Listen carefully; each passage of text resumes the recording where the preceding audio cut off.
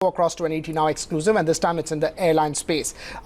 There could be some differences between the IndiGo promoters. That's what we are picking up. This is the ET Now exclusive. My colleague Nentara is now joining us with the exclusive details.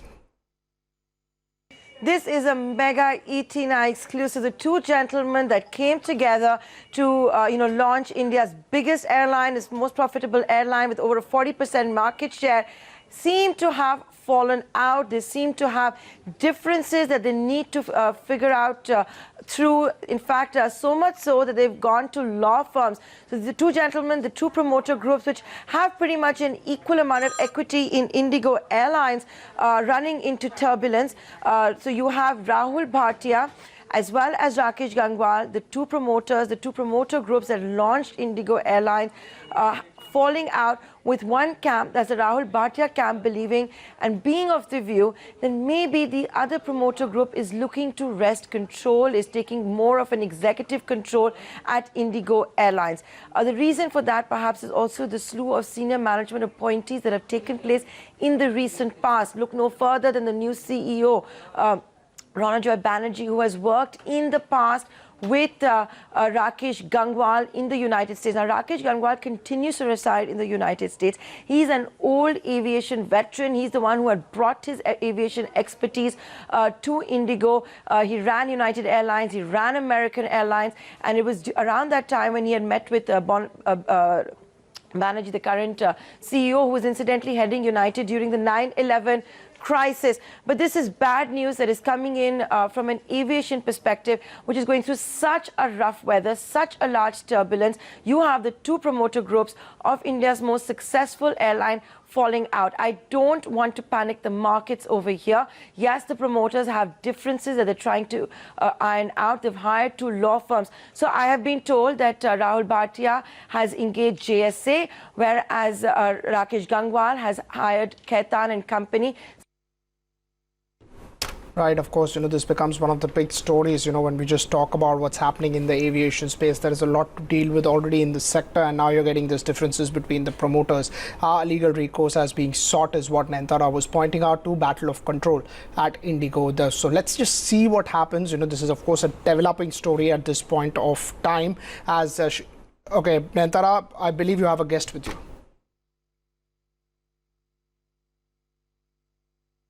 I have Jitendra Bhargav, who is, of course, very well known in the aviation circles.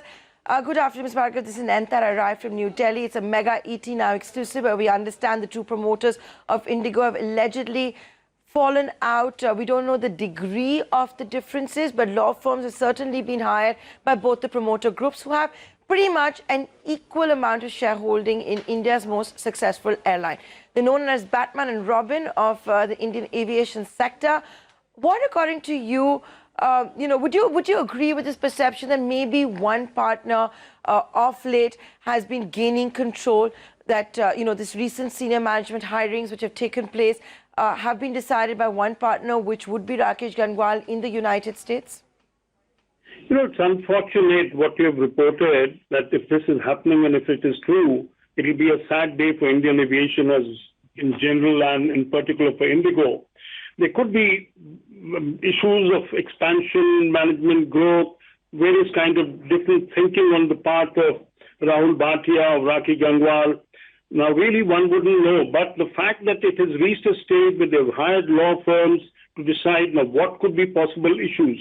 If somebody is to allude, we've all thought everything was hunky-dory in IndiGo as long as Ritik Ghosh was manning the airline.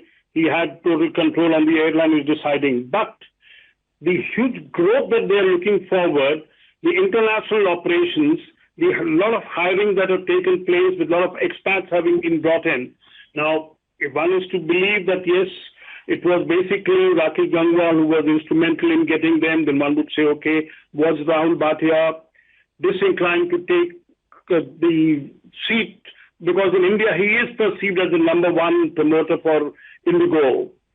Now, what could be, it would be a sad thing if it's a matter of egos and if there are not principles involved, etc.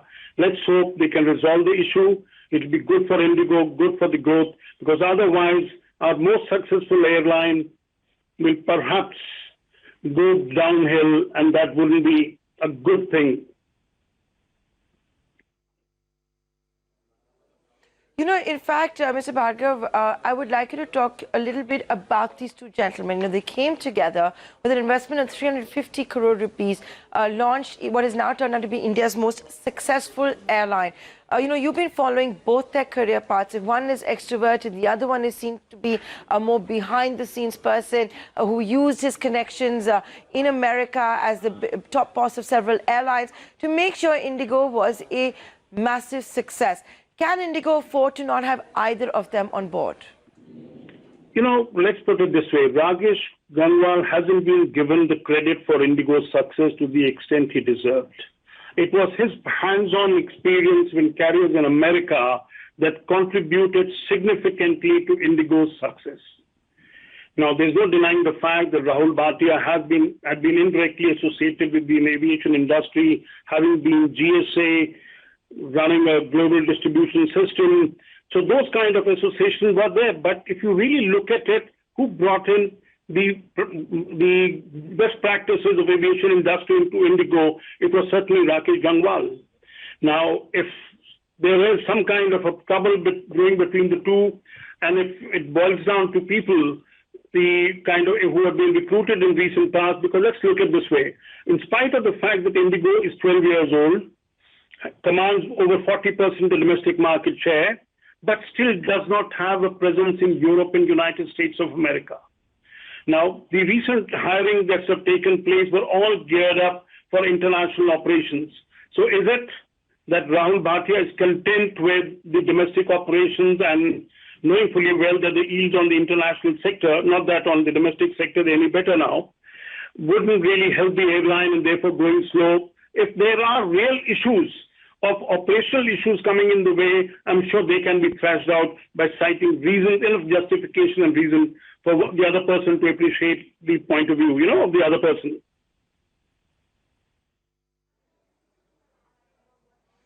You know, before I hand it back to Pankaj in the studio, Mr. Bhargav, I want to ask you one last question.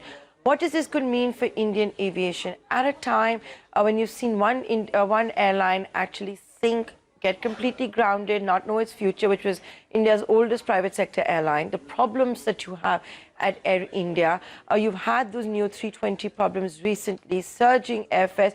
Is this the last thing that Indian aviation really needed? And can you imagine IndiGo, once again I ask you this, without any of the two founding promoters?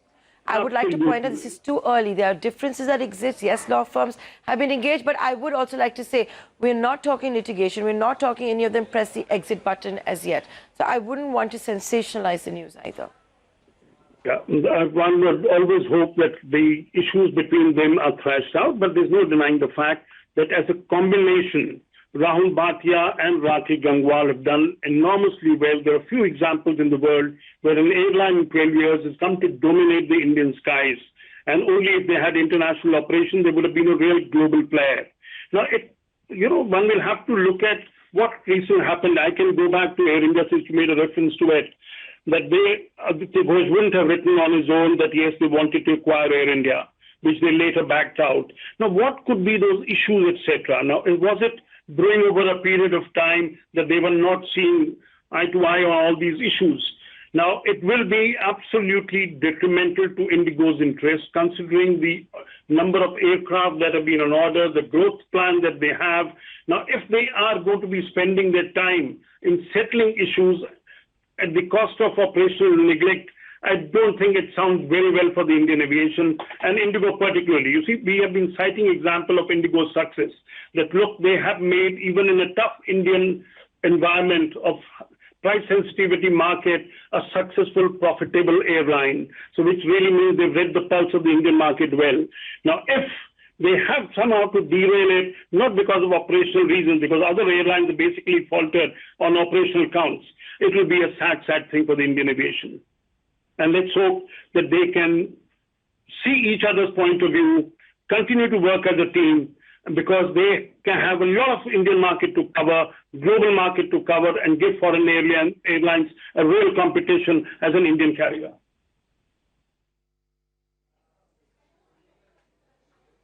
And I would like to point out that we're still awaiting all the three stakeholders to revert an exhaustive query sent by ET now. That's Rakesh Gangwal, as well as Rahul Bhatia, as well as IndiGo Airlines. With that, Mr. Bhargav, thank you so much for joining us. It is back to you, Pankaj, in the studio.